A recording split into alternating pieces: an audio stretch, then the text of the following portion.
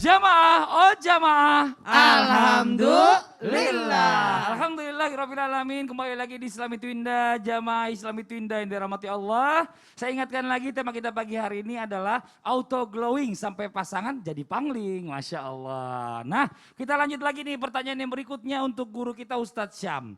Ustadz Syam, ini Siap. pertanyaan banyak yang ditanya banget nih sama teman-teman jamaah yang ada di rumah. Baik. Pertanyaannya adalah benarkah terdapat urutan nih? Ada urutan yang dianjurkan khusus ketika kita memotong atau merapikan kuku dalam ajaran Islam. Dan berikutnya, apa benar kalau wanita haid itu nggak boleh potong kuku dulu sampai haidnya selesai? Mau izin penjelasannya? Silakan Ustaz Syam, tafadhol. Baik, bismillahirrahmanirrahim. Tentang memotong kuku ada beberapa versi sebenarnya. Namun ada satu riwayat tentang memotong urutannya memotong kuku sehingga terhindar daripada penyakit mata. Namun agak susah ini urutannya ini subhanallah. Yang kami amalkan ada Imam Al-Ghazali, kemudian Imam Nawawi, kemudian ada Imam Ahmad. Kemudian disebutkan bahwa kalau Imam Nawawi dimulai dari telunjuk kanan. Telunjuk kanan 1, 2, 3, 4, 5, 6, 7, 8, 9, 10. Berurutan beliau. Jadi jempol kanan nih yang kelima. 1, 2, 3, 4, 5, 6, 7, 8, 9, 10. Waduh, Ya. saya biasanya kiri dulu karena tangan kanan kan lebih kuat. Lebih kuat jadi Jempol dulu semuanya rata baru ke sini. benar kalau ya ini sunnah kemudian Sunnah. ya Oh, iya, anjuran. iya. Kemudian ada versi Imam Al-Ghazali.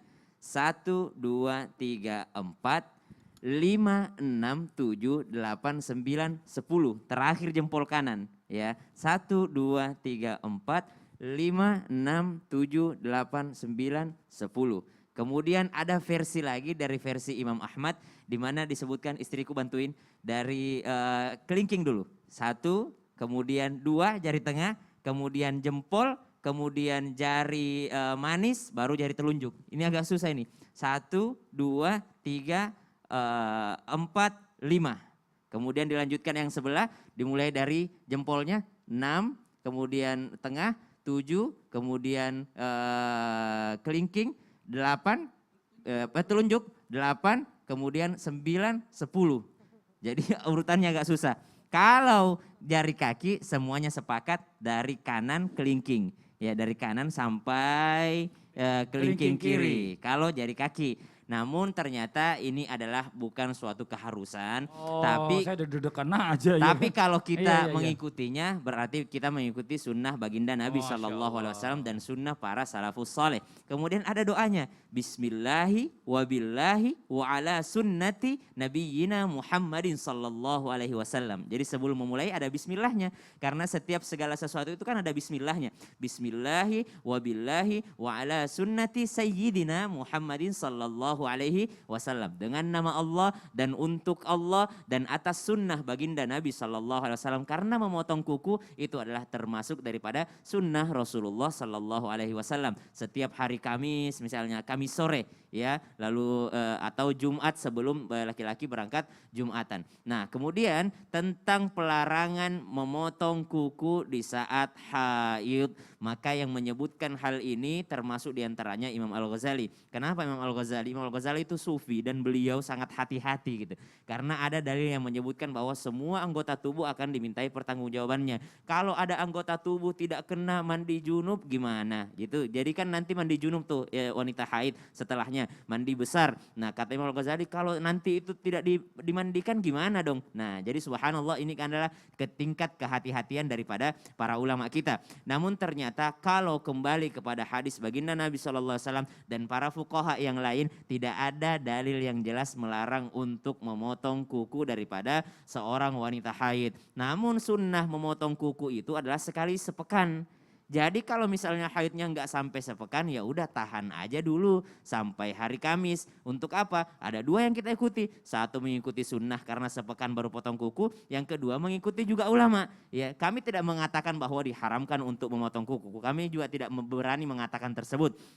Kemudian kami juga tidak menghalalkan, akan tetapi tidak ada dalil pelarangan untuk memotong kuku ataupun menggunting rambut ketika seorang yang haid. Silahkan ada pilihannya, silahkan yang masih memotong kuku ketika haid silahkan, yang tidak mau potong kukunya agar lebih hati-hati saja, maka itu juga yang utama, itu juga yang lebih baik. Wallahu ta'ala a'lam. Masya Allah, jazakallah khairan kasiran Sama-sama, Mas ilmunya. Fadli. Jadi selama ini kita kadang-kadang suka nggak tahu juga, udahlah yang paling gampang dari kiri gitu Iya, ya kan. Kelar kiri duluan baru ke karena kanan yang kuat gitu ya. Iya, karena kanan yang kuat gitu loh. Ya, ini Masya Allah ya, jadi ilmunya terima kasih banyak Ustadz Syam.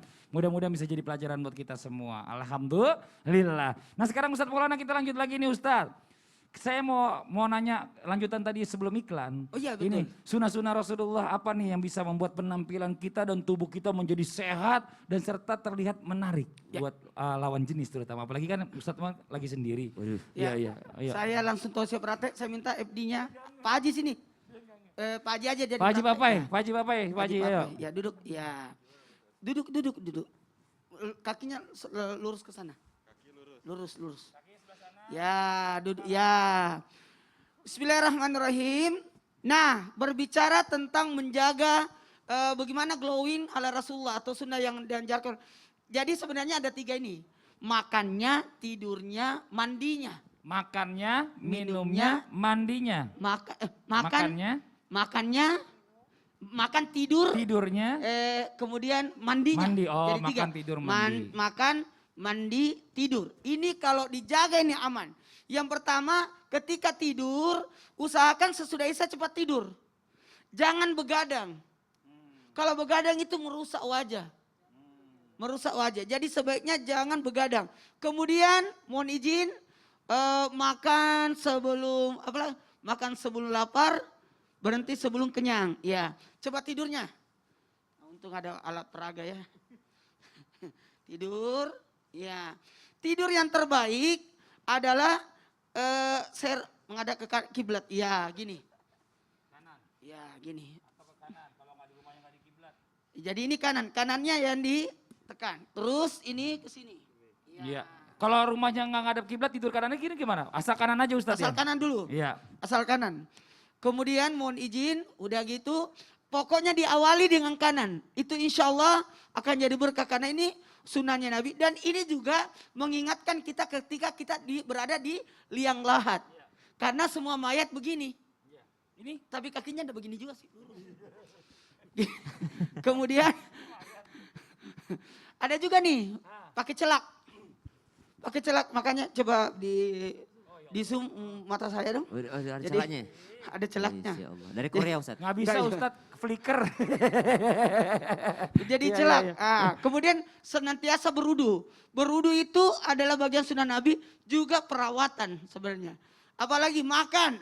Makannya juga harus hati-hati. Nih. Coba Pak Haji. Makan. Bagaimana cara makannya? Coba makan gimana caranya? Kakinya. Ya, makan. Oh, pinter dia. Jadi ini 2 jari ditekuk. Jadi yang makan 3 jari. Ya, selain untuk supaya apalagi ibaratnya dietnya. Nggak terlalu banyak juga makannya jadinya. Udah makan. Iya. Kalau bagaimana dengan pakai sendok? Pakai sendok berapa jari yang pakai? 3. Tetap 3. Sunnah gini. Pakai kan sumpit berapa jari? 3 juga. Tetap 3. Jadi kalau seorang sunnah makan 1 jari itu nyicip. Oh, ini dia ilmunya nih. Kalau Nyicip. makan 2 jari kesombongan. Oh, kesombongan. Kelihatan jijik gimana Iya, gitu. Iya. Nah, kalau makan pakai 3 jari sunnah Nabi. Sunnah Nabi. 5 jari lebih dari 3 rakus. Oh. Ada lagi mandi, ada lagi tidur. Tidur sebelum mandi sebelum subuh itu mandi yang menguatkan badan. Jadi bagusnya mandi sebelum salat subuh. Kata Ustaz Sam, alhamdulillah. Alhamdulillah. Karena Alhamdulillah. sebelumnya itu mandinya setelah subuh. Iya. Oh, iya. Setelah Sebelumnya. syuting, biasanya setelah syuting. Biasanya sebelumnya. Ya, jadi mandi sebelum subuh itu paling bagus. Mandi sesudah subuh menyegarkan atau mandi pagi. Mandi di atas jam 10 itu merusak otak.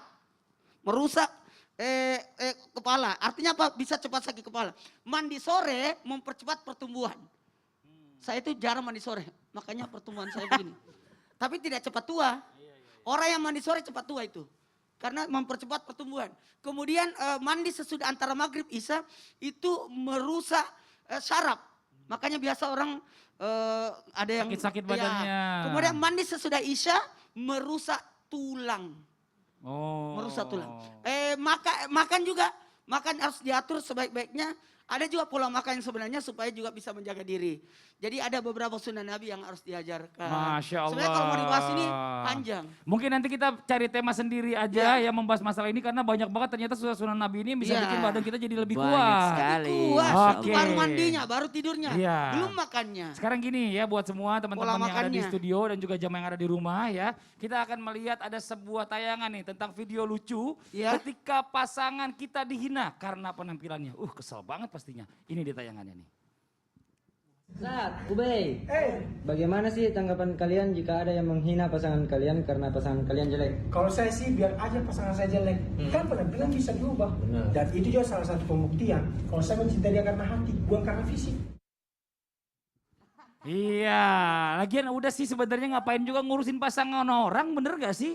Ngurusin diri sendiri sama pasangan kita sendiri aja menjadi untuk jadi orang yang lebih baik. Itu justru lebih baik. Ini kadang-kadang nih tangan nih suka nggak tahan banget pengen ngetik aja ngomong-ngomong yang enggak nauzubillah min zalik. Nah, Ustazah Liza, wah ini sekarang pertanyaannya, bagaimana sebaiknya ketika kita menyikapi pasangan yang kurang menghargai usaha kita nih dalam menjaga merawat diri. Kadang-kadang nggak semua pasangan suami istri itu saling mendukung.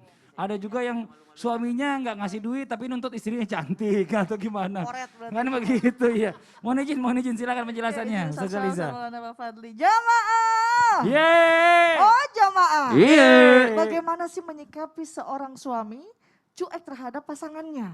Masya Allah. Ada syair mengatakan, kalau sudah tiada baru terasa bahwa kehadirannya sungguh berharga. Oh gitu nyanyi lagi. Masya Allah Ustaz Maulana. Iya. Jadi bagaimana sih kalau suami itu kok malah cuek gitu. Kalau sudah nggak ada berasa. Ah kan Ustaz Maulana berasa? Berasa Masya Allah. Kalau sudah tiada baru terasa. Ada sebuah buku. Al-mar'ah mir'atur rajul, perempuan cerminan laki-laki. Kenapa dari bahasa Arab itu mar'ah, arti bahasa Arab itu kan perempuan mar'ah. Disandingkan dengan kata mir'ah yang artinya cermin. Oh ternyata perempuan memang suka bercermin. Karena melihat keindahannya. Kata Nabi Muhammad SAW, ad-dunya mata' wa khairu mata'iha al-mar'atus solihah. Sebaik-baik perhiasan adalah perhiasan dunia dan sebaik-baik perhiasan dunia adalah wanita yang soleha. Jadi ketika untuk melihat laki-laki cukuplah melihat perbuatan istrinya. Terutama yang sudah lama berkeluarga ya. Karena mayoritas karakter seorang suami bisa menelusup ke dalam diri istri. Betapa banyak wanita yang baik sebelumnya berubah menjadi wanita yang tidak baik ketika dia setelah menikah. Karena apa? Mungkin perilaku suaminya yang kasar atau perilaku suaminya buruk kepada istrinya seperti berlaku pemarah, pendendam dan sifat lainnya. Sehingga seiring berjalannya waktu istrinya mengambil sifat-sifat daripada suaminya. Na'udzubillah. Dan adapun kalau misalkan perempuan itu sebelumnya tidak baik, ketika mendapatkan suami yang baik bisa jadi ia menjadi lebih baik. Amin. Dan ada juga yang suaminya tidak baik, cerminannya punya cermin ajaib. Masya Istrinya masih soleha Masya Allah, aja. amin. Mungkin ibu-ibu di rumah bisa kita berhusnuzon. Mungkin suami kita nih cuek karena saking bingung mau mengatakan apa untuk istrinya. Saking cantik istrinya. Bisa jadi kita berhusnuzon saja. Suami itu mungkin tidak romantis, tapi dengan diamnya atau cukuplah ia dengan beriman kepada Allah. Jangan terlalu banyak menuntut ya, jangan terlalu banyak menuntut. Dan ada lagi sekarang ini laki-laki atau para suami itu sibuk dengan gadgetnya kan? Gadget, ya, Dengan betul. gadgetnya. Kalau misalkan izin mau pulang atau mau berangkat ya, ditanya lagi udah cantik belum? Udah. Cuma begitu aja. Benar udah cantik belum? Lihat nih gitu kan. Oh iya Curhat ya, udah. Ustazah Liza curhat. Oh enggak. Jangan bilang suaminya ikut. Suami saya Suaminya ikutin. lagi nonton ya. Di sini ada. Nah, apa yang bisa bikin suami itu melihat benda? Kan memang seorang laki-laki sukanya memegang benda Betul. kan. Dan kirim foto kepada suaminya. Dan ternyata lebih dicintai. Di zoom wajah kita. Wow. Wah, belum lagi diedit kan. Wah disipit-sipitin, diblo-bloin. Nah, kan. Oleh karena jadi seorang wanita jangan terlalu banyak menuntut. Dan seorang suami, ingat apa susahnya sih untuk mengucapkan kata-kata manis kepada istri? Kata Nabi, seorang hak suami terhadap istri bukan hanya memberikan sandang, pangan, dan papan. Memberikan kendaraan, menyajikan wajah yang tampan. Tapi seorang suami harus bisa menjaga perasaan. Oh tepuk tangan, oh keprok ya. Ini kayak lagi kenaikan kelas. Dimplok apa? Standing applause. Oh, standing applause. Iya, menjaga perasaan. Aib istri tidak dipertontonkan dan apabila ada masalah istri tidak ditinggalkan. Insya Allah pasangannya menjadi soleh soleha kelak dapat mencetak zurriyatun yang thayyibah. Amin ya rabbal alamin. Amin amin ya rabbal Iya, alamin. jadi ibu-ibu jangan banyak baper juga. Iya, tadi Ustadz Maulana bisikin saya, Ustadz Elisa. Hmm. Ya kan, pengantin baru, pengantin lama. Kalau ini Berutut, bukan. apa nih? Mantan pengantin. Mantan pengantin. Iya, iya, iya. iya. Insya Allah jadi pengantin Ada lagi. 3 contoh di sini. Iya, iya ada Pengantin 3 lama, contoh. pengantin baru, baru, mantan pengantin. Ya Allah ya Rabbi. Astagfirullahaladzim. Oke, buat jamaah yang ada di rumah jangan kemana-mana. Setelah ini kita akan lanjutkan lagi nih ya. Pembahasan kita dan juga kita akan kembali menjawab pertanyaan-pertanyaan masuk di sosial media Islam Itu Indah. Tapi setelah yang satu ini, tetap di Islam Itu Indah. Jamaah, oh jamaah. Alhamdulillah.